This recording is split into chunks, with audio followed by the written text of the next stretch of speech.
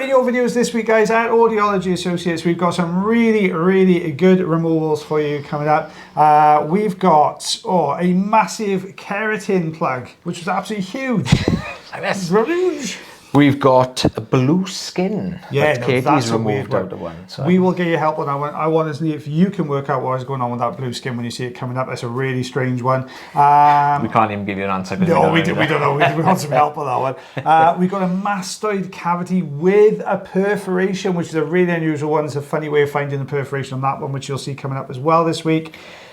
We've also got really large, soft, like skin and wax removal from Katie again, which was that was a pretty beast as well. That was a really good one. That's a really good one. So all that is coming up for you this week. Rather than me do a daily thing, we'll just do it all when we're both together. So that's all coming up for you this week. So make sure you stay tuned. If you like the videos, guys, don't forget, hit that like button, hit that notification bell as well, so you get a notification every single time we put one up, and that way then you won't miss out. But until next time, guys, as always, take care of yourselves. Take care of your ears. And take care of one another. And we'll see you this week for some good videos. I'm pointing in the wrong direction. There we go. Bye-bye.